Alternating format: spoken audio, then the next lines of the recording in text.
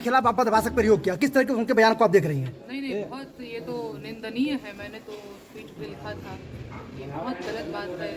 भाजपा के लोग शक्ति स्वरूपा और नारी शक्ति की बात करते हैं, महिलाओं के सम्मान की बात करते हैं, बेटी बचाओ बेटी पढ़ाओ की बात करते हैं और इसके बाद ये बोलते हैं कि फलाना रोड हम प्रियंका गांधी की गाल की तरह बनवा देंगे। बहुत शर्मनाक बात है और मुझे लगता है कि मैंने तो नरेंद्र मोदी जी को भी टैग करके बोला था कि देखिए ये आपके सांसद विधायक सब क्या बोल रहे हैं, आप जरा इनकी खबर लीजिए। तो बहुत गलत बात है, लेकिन क्या कीजिएगा, ये सारी चीज़ें हो रही हैं और क्या बात करेंगे। मेरे खिलाफ आए दिन भद्दे कमेंट्स होते रहते हैं, ये लोग महिलाओं के सम्मान की बात करते हैं और मेरे खिलाफ एक बार तो ट्विटर पे ट्रेंड चला दिया था मेरे को मियाँ खलीफा जो एक पोर्न स्टार है, तो मेरे को डिमोरलाइज करने के लिए बहुत भद्दे तरीके से ये लोग बोलते। लगता है कि ये सारे सवाल आम आदमी पार्टी के नेताओं से, मैं नेता नहीं हूँ, मैं एक महज लोक गायिका हूँ। एक महिला है, नहीं महिला हूँ, महिला के लिए ही मैं बोल रही हूँ। इसीलिए आपको आपको क्या लग रहा है? मैं अपनी बात करना चाहूंगी। क्यों मैं अपनी बात करना चाहूंगी? क्योंकि मेरी बात कोई भी नहीं सुनता है। मेरे खिलाफ फर्जी FIR हो जाते हैं और मेरे खिलाफ ये ट्रेंड चलाते रहते हैं आए दिन की ये तो मियाँ खलीफा है और एक पोर्न स्टार है, उसके साथ मेरी एडिटेड फोटो लगा करके लोगों को गुमराह कर रहे हैं। कौन लोग हैं ऐसे जो कर रहे हैं ये लोग? बीजेपी का IT सेल जी हाँ, गांव जवार के लोग जो होते हैं, गांव देहात के लोग जहाँ पे आज भी नेटवर्क की समस्या है, वो पूरा न्यूज नहीं देख पाते हैं। वो बस उल्टी फिरती कि अच्छा ये कोई फोटो है किसी के साथ वायरल है, उनको नहीं पता है कि AI का जमाना आ गया है, दो लोगों का फोटो एडिट करके ऐसे लगाया जा सकता है।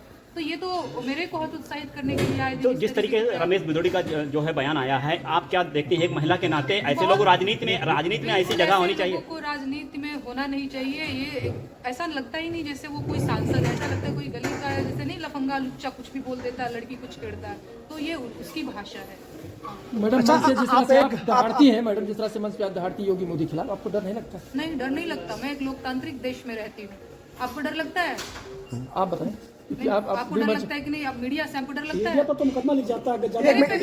एक में मेरा सवाल है, आप एक लोक गायिका के नजर से दिल्ली में किस तरीके से विकास को देखती हैं आप? दिल्ली में विकास को तो मैं दिल्ली में काबा के थ्रू ही आपको बताना चाहूंगी। कर दिया गया है, लेकिन यहाँ पर आपने तंज कसते हुए कि यहाँ पर EVM को जो है कहीं ना कहीं दुरुपयोग करके सरकार बनाई जा रही है। मैं बता देती हूँ क्यों मैंने ऐसा सवाल पूछा है। लोग कई बार मुझसे पूछते रहते हैं कि EVM को लेकर के आप इतना श्योर कैसे हो सकती हैं। महाराष्ट्र में इलेक्शन हुआ था, उस फैमिली में 5 लोग थे। उस फैमिली में उस आदमी को एक को वोट नहीं पड़ा था, तो वो पता है क्या कह रहा था कि कम से कम मेरी फैमिली के लोग तो मुझे वोट दिए ही होंगे ना, कम से कम 5 वोट तो हमारा होना ही चाहिए था ना।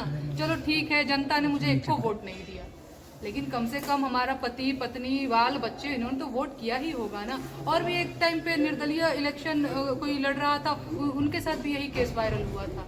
तो ये सब चीजें जो है EVM पे सवाल खड़ा करती हैं। आपका क्या मानना है कि EVM क्या होना चाहिए? मुझे लगता है बैलेट पेपर से चुनाव होना चाहिए, ज़्यादा जो है पारदर्शिता बनी रहेगी। बाकी आपने दिल्ली में काबा बोला था, तो मैं वो है मेरे पास, तो मैं दिल्ली को कैसे देखती हूँ, मैं दिल्ली में काबा के माध्यम से आते रहते हैं। ये मैं सफाई नहीं दे रही हूँ, जस्ट अपनी बात रख रही हूँ कि दिल्ली में केजरीवाल की सरकार है, उनसे तो कभी सवाल नहीं पूछती हो, कांग्रेस पार्टी से सवाल नहीं पूछती हो। तो दिल्ली में सत्ता में आम आदमी पार्टी है और सवाल मैंने आम आदमी पार्टी से पूछा हुआ है।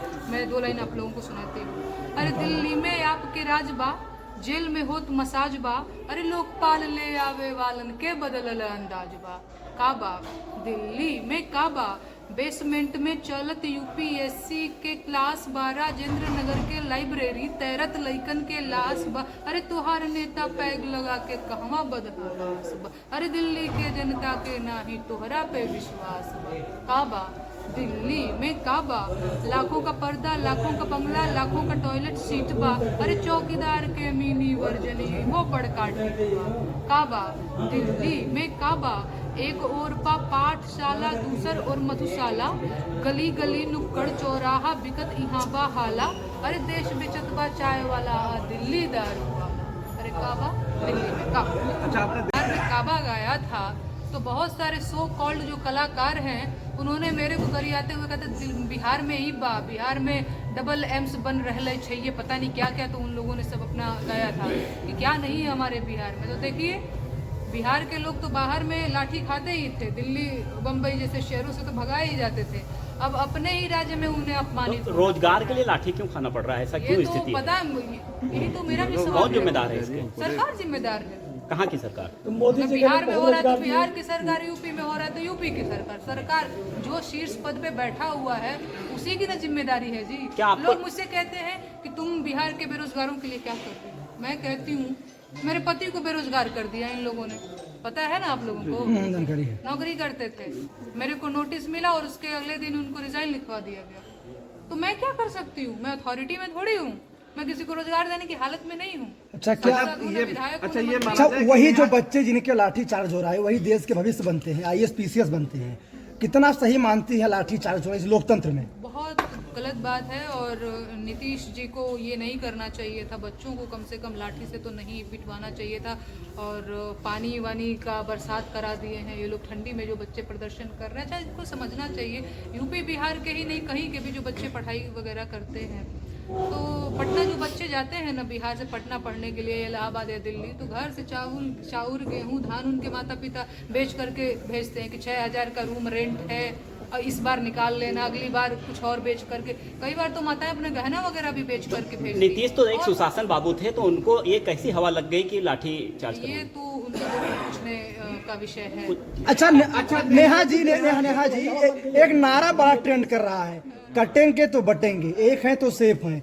इस लोकतंत्र में किस तरह के इस नारे को आप देख रहे हैं बीजेपी नहीं सही बात है। अभी जो है हम सबको, हमको, आपको, सारे जात धर्म के लोगों को एक होने की जरूरत है। सही बात है, बटेंगे तो कटेंगे। अभी वक्त है हिंदू मुसलमान को एक दूसरे से प्रेम करने का, एक दूसरे का साथ देने का और एक दूसरे के साथ रहने का, और इन लोगों के खिलाफ एक दूसरे के साथ इकट्ठा ऐसे खड़े रहने का। अगर आपको मौका मिले तो क्या आप राजनीति में कदम रखेंगी? राजनीति से मेरा दुराव नहीं है। एक सवाल मेरा भी है तो जी, क्या अगर ये दुराव जिस नहीं तरीके तो से किस पार्टी में आप ऑफर अगर मिले तो इसमें मैं विचार करूँ। ने जो भी मैसेज दिया गायक के माध्यम से, आपने जो मैसेज दिया, अगर ये चीज आप संसद में अगर कहीं ये बात रखी तो क्या लगता है उसका बहुत ही अभी मेरी उम्र भैया 27 साल है, जी बहुत छोटी उम्र है मेरी।